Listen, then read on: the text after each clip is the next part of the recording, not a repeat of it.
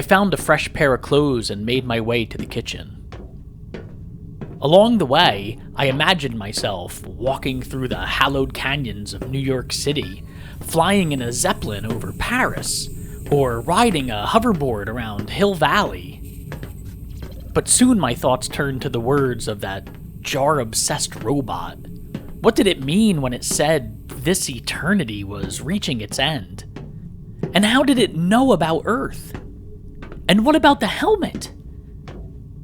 I wanted to speak with the female Earthling about it all, but the kitchen was empty, as well as the cockpit. Eventually, I found the female Earthling in her own quarters. I knocked on the wall as her door was open. May I come in? She waved me inside as she wandered around the room. I wanted to tell you something. There was something the creature said back in the well. She shoved some maps off her desk, causing them to unravel onto the floor. About eternity ending? Yes. What about it? Well, what do you make of it? I don't. It doesn't concern you in the least? She stopped moving around the room for a moment, then went back at it again. Every creature has an end-of-the-universe story. The Scourge believe it will end when the radon god Kleptoid takes back the stars with his mighty net. The Brobies, with the turn of a magic screw. Ectus, too many burps. She stepped closer and smirked. You're getting your information from a robot that collects jars of mud at the bottom of a well. So relax. I was hoping you'd say that. The female Earthling grabbed one of the fallen maps and placed it back on the desk.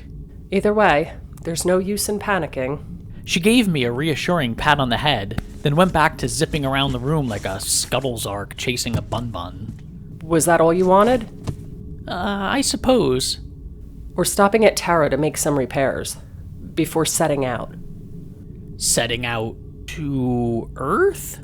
To see if that cave creature was telling the truth about the Earth coordinates. Because it may be a trap? You're learning. With a bit less worry, I made my way toward the hall, then stopped. Oh, one more thing. I'm not familiar with this word, Tutskwa? It's rarely used. Good thing I speak Hopi. I'm not familiar with that language.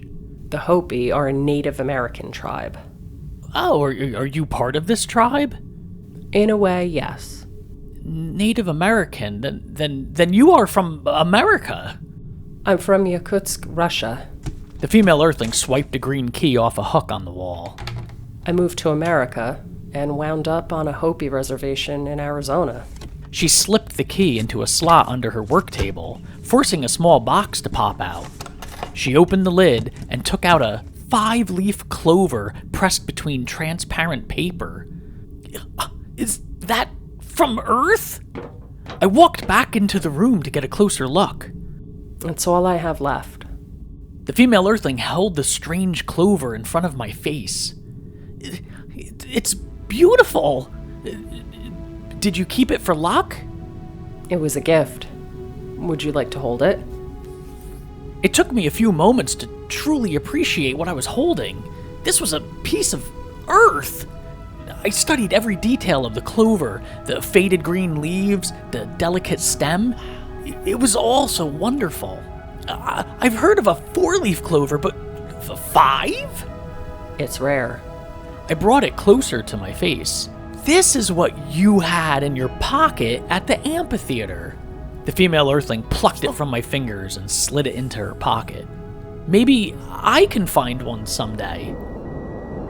A yellow light lit the room, followed by the sound of a muffled alarm. The autopilot reset again. Run to the cockpit and press the large orange button near the code pad. May I ask you one more question? Quickly. Well, I never actually learned your name. The female Earthling took a deep breath. I'll make you a deal. If we stop Kilroy, find Rusty, and survive the end of the universe, I'll tell you my name. Deal.